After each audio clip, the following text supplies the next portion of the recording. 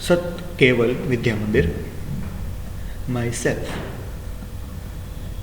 Surgeon Kumar Prajapati, class 12 science, subject physics, unit number 2।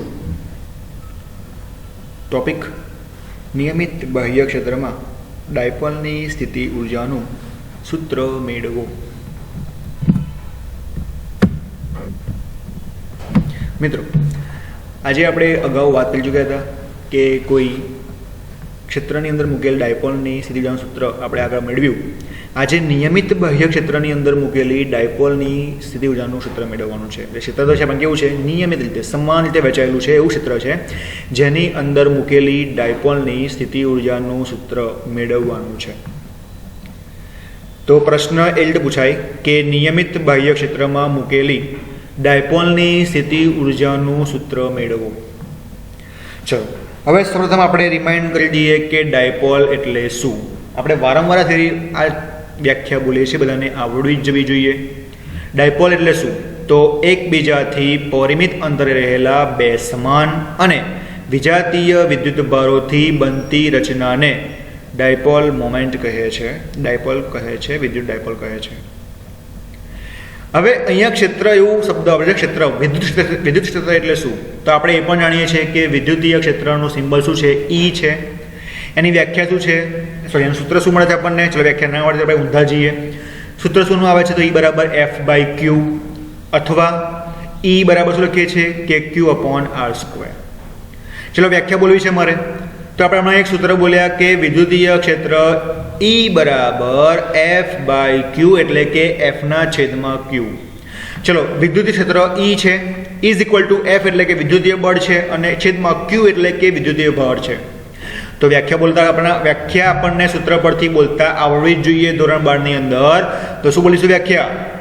F/Q પરથી કે એકમ ધન વિદ્યુત ભારને આપેલા વિદ્યુત ક્ષેત્રમાં લાવવા માટે, અથવા શું બોલીશું કે એકમ ધન વિદ્યુત ભાર પર લાગતું વિદ્યુતીય બળ F/Q છે ને, તો એકમ ધન વિદ્યુત ભાર પર લાગતું વિદ્યુતીય બળ તેને તે વિદ્યુત ભારનું E એટલે કે વિદ્યુતીય ક્ષેત્ર કહે છે।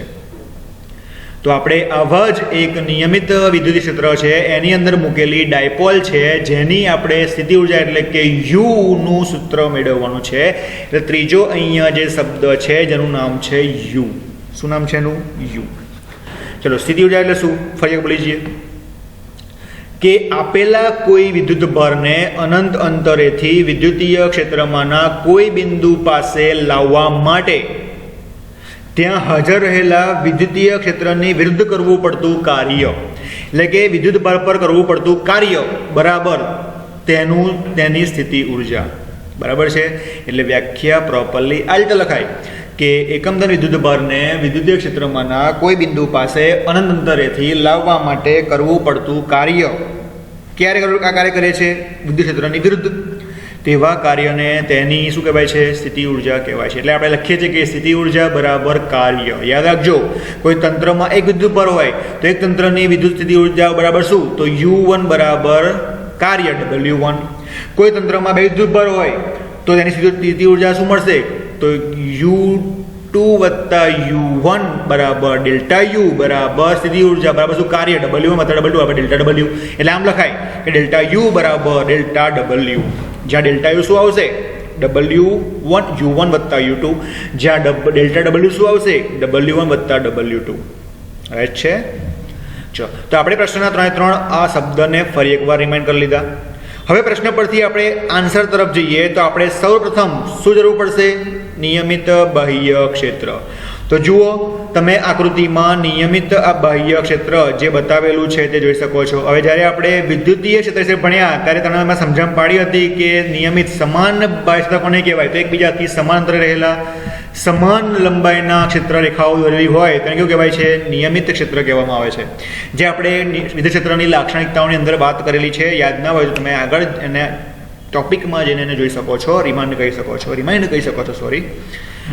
તો આપણે સૌપ્રથમ અહીંયા વિદ્યુત ક્ષેત્ર બતાવેલું છે જે સમાન છે, એની અંદર એક ડાયપોલ મોમેન્ટ બતાવી છે। હવે આ ડાયપોલ મોમેન્ટ છે કેમની ખબર પડી? તો આપણે વ્યાખ્યામાં બોલ્યા કે ડાયપોલ મોમેન્ટ કોને કહેવાય? તો એક તંત્ર, કેવું તંત્ર? જેમાં બે વિદ્યુત ભારો હોય, કેવા હોય? સમાન મૂલ્યના એટલે Q અને Q, પણ કેવા હોય? વિજાતીય એટલે કે એક પ્લસ Q અને એક માઇનસ Q, અને એ બંને એકબીજાથી કેવા હોય? પરિમિત અંતરે રહેલા હોય. જો તો કે આ બંને વિદ્યુતભારો સમાન મૂલ્યના છે પરંતુ વિજાતીય છે અને બંને અંતર કેટલું છે? 2a, right. અને આ ડાયપોલ આપણે અહીંયા આ સમાન ક્ષેત્રમાં એવી રીતે બતાવી છે કે આપણને અહીંયા આ ડાયપોલ એ આપેલા ક્ષેત્ર સાથે શું બનાવે છે? થીટા ખૂણો બનાવે છે. અને આના મિકેનિઝમ ઉપરથી આપણને અહીંયા શું મળે છે? a cos theta, right. એટલે કે આટલું અંતર કેટલું કહેવાશે? આખું અંતર 2a હોય તો અહીંથી આ o બિંદુ પાસે એટલે કે p બિંદુ પાસે અંતર કેટલું કહેવાશે? Small a. આ પણ કેટલું કહેવાશે? Small a, right. તો થીટા ઇઝ ઇક્વલ ટુ શું આવશે? પાસેની બાજુ ભાગ્યા કર્ણ. તો પાસેની બાજુ એટલે શું? તો a, સોરી, અહીં પાછળ કઈ મળશે આપણને? આ શું બતાવે છે? વિદ્યુતીય ક્ષેત્રનું મૂલ્ય બતાવે છે, રાઈટ. અને આ શું મળશે આપણને? a મળશે. એટલે કે E બરાબર a cos થીટા, રાઈટ. ધ્યાન આપજો. ચલો હવે મેં તમને આગળ વાત કરી હતી કે જ્યારે આપણે આના આગળનો પ્રશ્ન ભણ્યા તમે કહું હતું કે અંતર આપણે અહીંયા આગળ a cos થીટા લઈએ છીએ ક્યાંથી, તો તમે આપણે નેક્સ્ટ થિયરમાં ભણીશું તો તમને અહીંયા ખ્યાલ આવી ગયો છે કે a cos થીટા અંતર બતાવે છે, રાઈટ. હવે આગળ વાત કરીએ વર્ણન. તો વર્ણન કરતા જઈએ કે આકૃતિમાં આપણને વિદ્યુત ક્ષેત્ર E આપેલું છે, આ જે આપણે જોઈ શકીએ છીએ. તેમાં આપણે એક ડાયપોલ મૂકેલી છે, તે પણ આપણે જોઈ શકીએ છીએ. જેની લંબાઈ કેટલી છે? 2a છે, જે પણ આપણે જોઈ શકીએ છીએ, બરાબર છે. અહીંયા આ પ્લસ q માટે આપણને અંતર મળશે a cos થીટા, અહીંયા માઇનસ q માટે અંતર મળશે આપણને minus a cos theta, right. ચલો હવે આ ડાયપોલ એ આપેલા ક્ષેત્ર સાથે કેટલો ખૂણો બનાવે છે? થીટા ખૂણો બનાવે છે. કયો ખૂણો બનાવે છે? થીટા ખૂણો. હવે જ્યારે આપણે ડાયપોલની થિયરી ભણ્યા હતા ત્યારે આપણે આગળ ભણી ગયા છે ડાયપોલની અંદર ટોર્ક લાગશે અને ટોર્ક લાગે ત્યારે આપણને એના પર લાગતા બે બળનું મૂલ્ય મળશે, જે પાછળ કેવા હશે? વિરુદ્ધ દિશામાં. સૂત્ર બોલીએ કે પ્લસ q વિદ્યુત ભાર ઉપર અને માઇનસ q વિદ્યુત ભાર ઉપર આપણને સમાન મૂલ્યના, એટલે કે આની પર લાગતું બળ કેટલું છે? Plus qe. આ પર બળ કેટલું છે? માઇનસ qe, બરાબર. બે બળો મળશે. કેટલા મળશે? F બરાબર પ્લસ qe, F બરાબર માઇનસ qe. યાદ રાખજો. એટલે કે આપણને વિદ્યુત ક્ષેત્રને કારણે આપણને આ બે વિદ્યુતભારો ઉપર બે વિદ્યુતીય બળો મળે છે. કયા? સમાન અને વિજાતીય મૂલ્યના, જે એકબીજાને શું કરશે? નાબૂદ કરશે. કયા બળ મળે છે? પ્લસ qe અને માઇનસ qe. પ્લસ qe મળશે આપણને આ ઉપર તરફ અને માઇનસ qe મળશે આપણને નીચે ડાઉન તરફ, રાઈટ. હવે ડાયપોલ પર લાગતા આ બંને જે બળો છે એ બળો કેવું શું રચે છે? બળ યુગ્મ રચે છે. એટલે બળની જોડ રચે. શું રચે છે? બળની જોડ રચે છે. અને આ જોડને કારણે આ ડાયપોલ શું કરશે? અહીંયા આગળ આ જે સ્થિર હતી, હવે આ બળ લાગે છે આ તરફ, આ બળ લાગે છે આ તરફ, એટલે આનું શું? ડાયપોલને ભ્રમણ કરાવશે. શું કરાવશે? ડાયપોલને ભ્રમણ કરાવશે. અને ડાયપોલને ભ્રમણ કરાવશે એટલે એના પર શું લાગશે? ટોર્ક લાગશે. શું લાગશે? ટોર્ક. જે ટોર્ક આપણે વ્યાખ્યા મુજબ ટોર્ક ટાઉ બરાબર શું છે? p dot e. લખીશું કે ટોર્ક ટાઉ બરાબર પ્રી કોસ E. જ્યાં P શું બતાવે છે? Dipole moment. એ શું બતાવે છે? વિદ્યુતીય ક્ષેત્ર, રાઈટ. અને આપણે જાણીએ છીએ કે ડાયપોલ મોમેન્ટ P બરાબર શું આવે? તો 2a × q. ચલો દરેકને સુધી ખ્યાલ આવી ગયો કે ડાયપોલ પર ટોર્ક લાગશે. ડાયપોલ પર લાગતું ટોર્કનું મૂલ્ય કેટલું હશે? ટાઉ બરાબર p ક્રોસ E. જે આપણે આગળ આને સોલ્વ કરી ચૂકેલા છે આ સમીકરણને ડાયપોલ મોમેન્ટ માટે ક્ષેત્રની અંદર, રાઈટ. ચલો જુઓ હવે.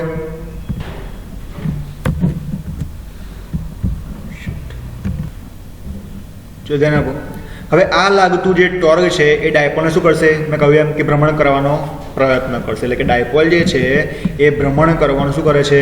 પ્રયત્ન કરે છે. એટલે ડાયપોલ આ રીતે ભ્રમણ કરશે. આ બળ લાગશે આ તરફ, આ બળ લાગશે આ તરફ. ડાયપોલ આ રીતે ભ્રમણ કરવાનો પ્રયત્ન કરશે. અને ડાયપોલ ભ્રમણ કરશે તો આ જે થીટા છે એ પણ બદલાવાનો જ છે, આપણે જાણી શકીએ છીએ ઇઝીલી. હવે ડાયપોલ પર ટોર્ક લાગતા ડાયપોલની ભ્રમણ કેટલું થાય છે? તો ધારો કે તેમાં ભ્રમણ થતું સ્થાનાંતર, ડાયપોલ જ્યારે ભ્રમણ કરશે તો આ ઉપરનો ભાગ જશે આ તરફ, નીચેનો ભાગ જશે આમ તરફ. એટલે ડાયપોલ જ્યારે ભ્રમણ કરશે ધારો કે એ થતું સ્થાનાંતર ડેલ્ટા થીટા કેટલું છે? θ1 માઇનસ θ0 છે. ઉદાહરી દઈએ છીએ આપણે. તો આટલા અંતર માટે કરવામાં આવતું કાર્ય કેટલું? તો આપણે જાણીએ છીએ કાર્ય બરાબર શું? બળ ગુણ્યા સ્થાનાંતર. ધ્યાન આપો કે ધારો કે ડાયપોલે ભ્રમણ કરતા આટલું સ્થાનાંતર કર્યું. ચલો ફરી એકવાર કે જ્યારે ડાયપોલ પર ટોર્ક નામનું બળ લાગે છે, એટલે કે ટોર્ક લાગે છે, ત્યારે ડાયપોલ શું કરે છે? ભ્રમણ કરે છે. અને આ ભ્રમણ દરમિયાન તેના થીટામાં થતો ફેરફાર એટલે આપણે સ્થાનાંતર કહીએ છીએ એ સૂક્ષ્મ સ્થાનાંતર કેટલું છે? Delta theta. કેટલું છે? Delta theta. અને ડેલ્ટા થીટા બરાબર શું લાગે છે? θ1 માઇનસ θ0 ધારી લઈએ છીએ. તો આ સ્થાનાંતર માટે થતું કાર્ય કેટલું? તો કાર્ય ડેલ્ટા W બરાબર બળ ગુણ્યા સ્થાનાંતર. વ્યાખ્યા મુજબ બળ કયું લાગે છે? ટોર્ક. સ્થાનાંતર કેટલું મળ્યું છે? Delta theta. ચલો ટોર્ક હવે શું મળ્યું આપણને આગળ? ટોર્ક શું મળ્યું? P cross E. સદિશ P સદિશ ક્રોસ E. હવે અહીંયા આપણે સદિશમાંથી અદિશના ફોર્મમાં લખવું છે તો કીધું P sin θ d θ એમના એમ, રાઈટ. ચલો ધ્યાન આપો.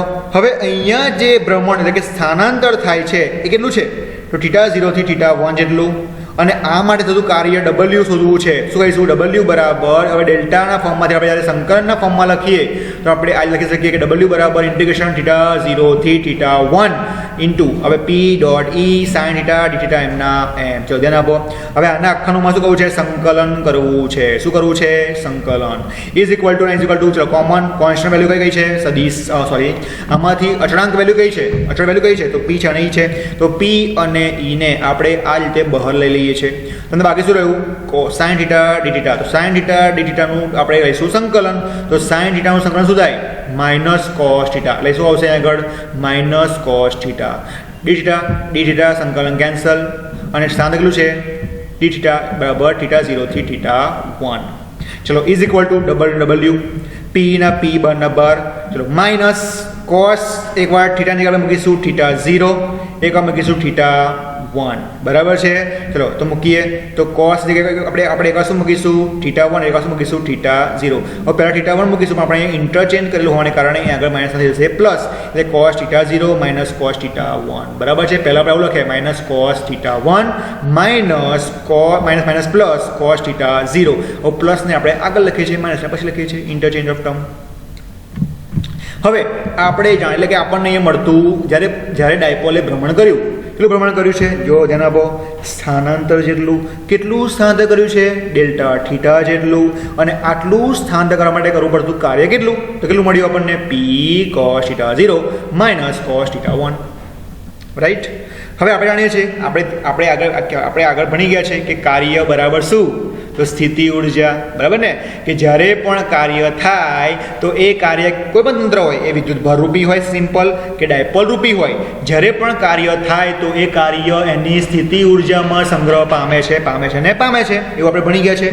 તો ડાયપોલની પર થતું આ કાર્ય બરાબર તેની સ્થિતિ ઉર્જામાં સંગ્રહ પામતું હોવાને કારણે લખી શકાય કે ડાયપોલની સ્થિતિ ઉર્જા બરાબર થતું કાર્ય. તો સ્થિતિ ઉર્જા U બરાબર કાર્ય જે છે આપણે લખી કાઢ્યું PE cos θ0 minus cos θ1. Right. હવે આપણે ધારો કે શરૂઆતમાં ડાયપોલ θ0 બરાબર π/2 ખૂણે મૂકેલી હોય, કે જે સ્ટાર્ટિંગમાં જે ડાયપોલ મૂકેલી છે બાહ્યક સમાન વિદ્યુત ક્ષેત્રમાં જ્યારે પ્રારંભની કન્ડિશનની અંદર જ્યારે આપણે એને ભ્રમણ કરાવી નથી ત્યારે એનું ધારો કે એનો એંગલ કેટલો છે? તો π/2 છે. તો ત્યાંથી લઈને જ્યારે આપણે θ કોણે ભ્રમણ કરાવીએ છીએ તો એટલે કે θ1 બરાબર θ0 છે ત્યાં π/2 મૂકતા, એટલે પ્રારંભમાં જે θ હતો એ π/2 ધરી લઈએ છીએ અને ત્યારબાદ ભ્રમણ કરાવતા નવો મળતો એંગલ θ બરાબર શું લઈએ છીએ? આપણે θ લઈ લઈએ છીએ. રાઈટ. θ1 બરાબર શું લઈ લઈએ છીએ? θ લઈ લઈએ છીએ. તે બંને કન્ડિશનને આપણે હવે આ સમીકરણ મૂકી દઈએ તો U એટલે કે સ્થિતિ ઉર્જા બરાબર Pm ના એમ. ચલો θ0 એટલે પ્રારંભિક θ કેટલો ધાર્યો તો આપણે π/2 ના π/2 માઇનસ cos ઓફ θ1 બીજો અંતિમ θ કેટલો મળ્યો? સ્થાનાંતર બાદ θ લખીએ છીએ θ. તો PE ના Pm ના એમ છે. ચલો cos π/2. ચલો cos π/2 ને શું કહેવાય? ચલો cos π/2 આવશે 0, એટલે અહીં આવશે 0 ના 0 માઇનસ cos θ. તો cos θ એમના એમ. PE ઇન્ટુ cos θ માઇનસ તો માઇનસ P cos θ. તો સ્થિતિ ઉર્જા U બરાબર શું મળ્યું? માઇનસ P ડોટ સદિશ E. રાઈટ. તો આ જે સ્થિતિ ઉર્જા મળી એને આપેલા ડાયપોલની સ્થિતિ ઉર્જાનું સમીકરણ કહેવામાં આવે છે. બહુ ઇઝી થિયરી છે. આવડશે બધાને? ધ્યાન આવી ગયો? ખબર પડી ગઈ? ઓકે. તો ચલો જાતે લખવાનો ટ્રાય ચાલુ કરી દો.